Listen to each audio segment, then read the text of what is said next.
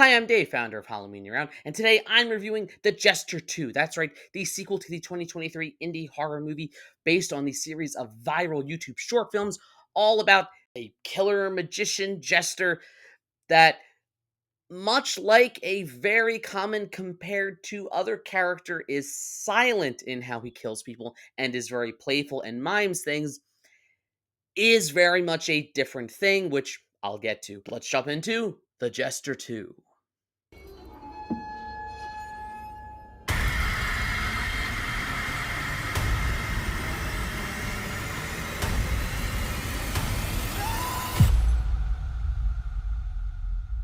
Full disclosure, I wasn't the biggest fan of the first Jester movie. I was vaguely aware of its existence. Like, I had heard of it. I think I'd maybe seen it on like a streaming site over the past year or so.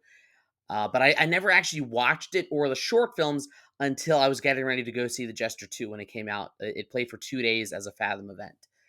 I actually had the whole theater to myself, which, as fun an experience as that was, I do, for the sake of the movie, wish more people had gone to see it.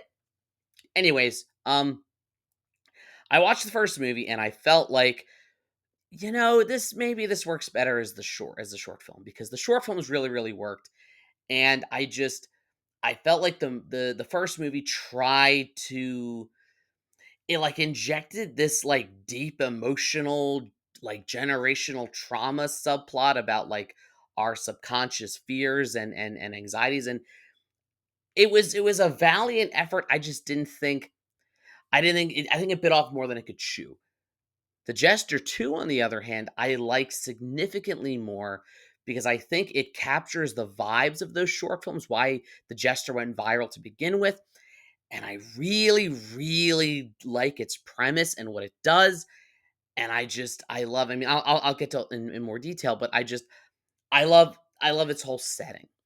Um, Elephant in the room, or should I say the clown in the room. Yes, I know my choice of shirt isn't helping my case. We got to talk about Terrifier. I know that a lot of people say, oh, the Jester is just a knockoff of Terrifier.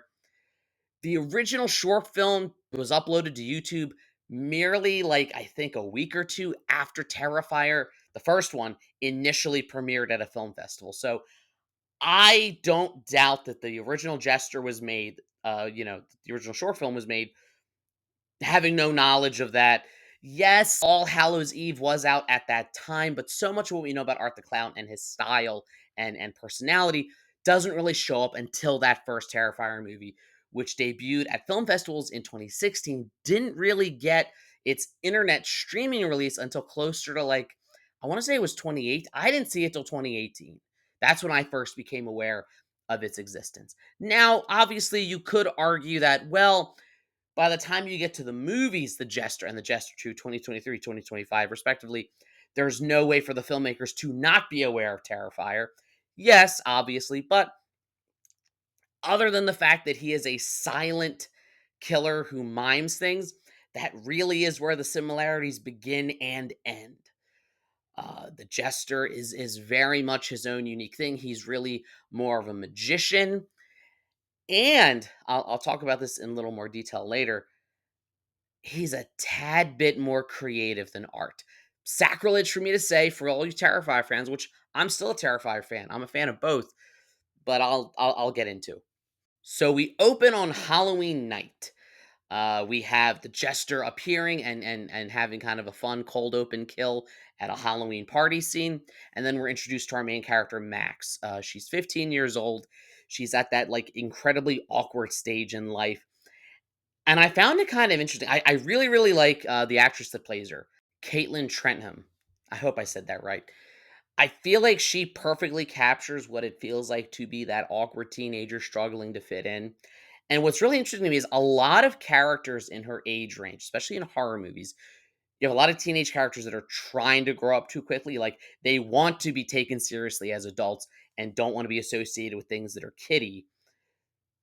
Not kitty like cat, kitty like, well, What intrigued me about her was it's kind of the opposite. Like, her mom is saying, "You sure you want to go trick or treating? Aren't you a little old for that?" But she's the one who is still kind of clinging to that. And I thought that was a really interesting subversion. So, without getting into spoilers, because I do want you to see the movie. Even it's out of its Fathom event release, find it on streaming somewhere. She and the Jester uh, come to meet each other, and again, not to get into spoilers, end up sort of intertwined for the night and connected for the night, due to some insane, crazy circumstance that is kind of an interesting premise. And I remember the whole time I'm watching it, I'm thinking, it's not going for the generic slasher. It does have an interesting premise.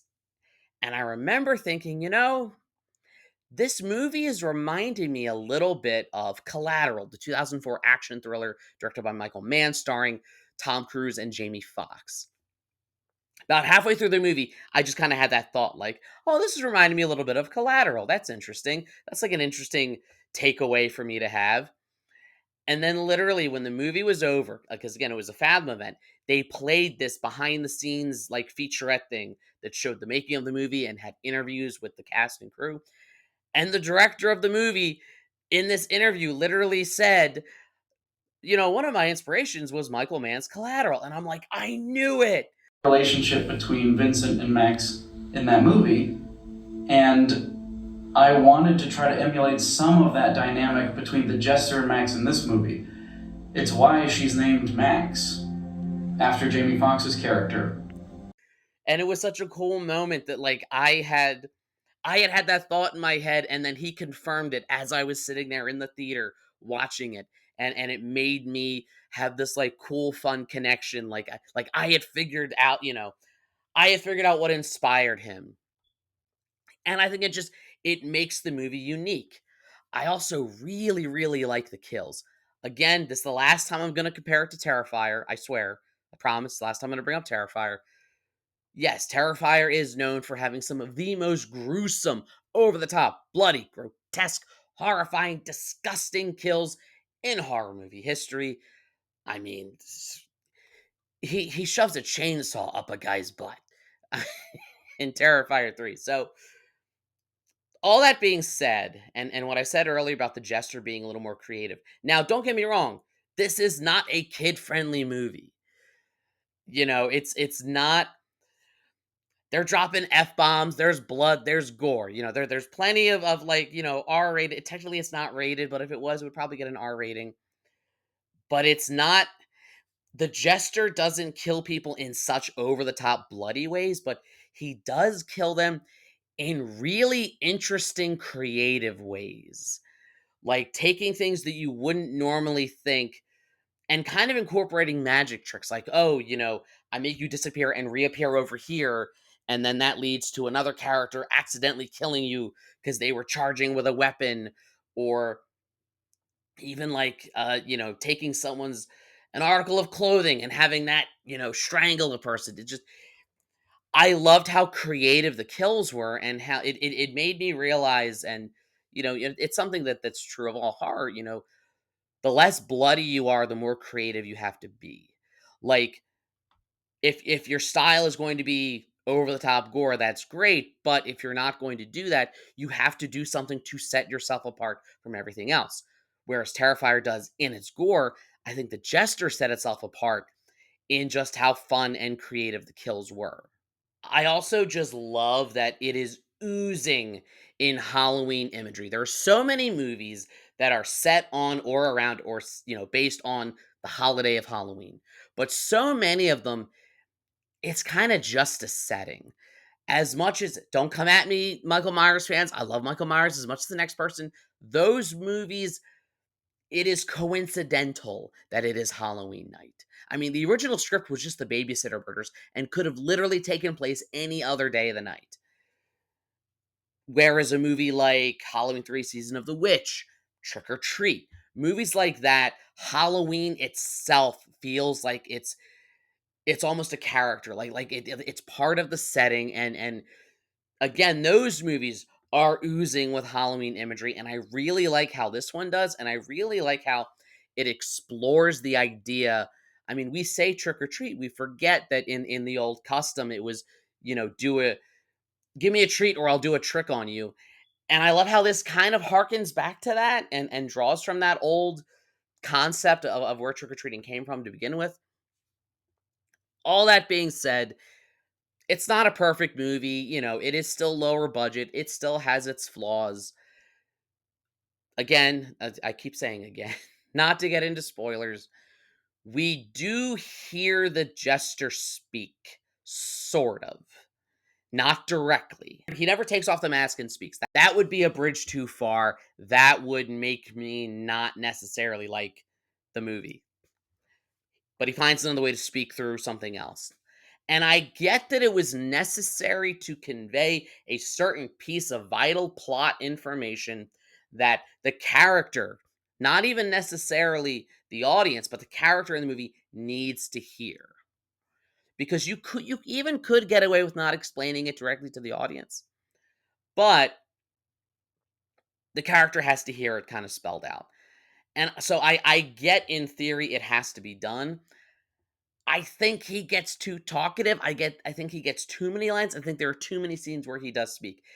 If that was just dialed back to maybe just one scene and just a couple lines just to get the minimal amount of information across, I think it would work a little bit better.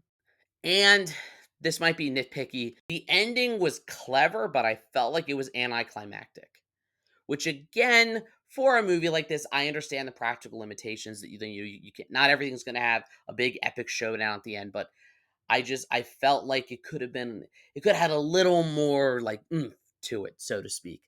But overall, I did really enjoy the Jester 2 a lot more than I thought I would. I went in again kind of feeling about the first one. I liked the short films, but I thought, they're long gone.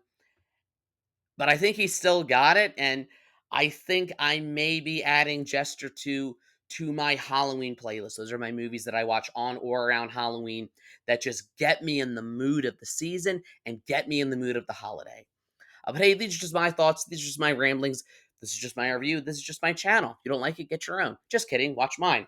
Like, share, subscribe, all the YouTube stuff. If you don't, you may end up stuck with a silent jester that plays hilarious pranks on people, but then kills them in brutally creative manners all Halloween night. And as always, every day is Halloween.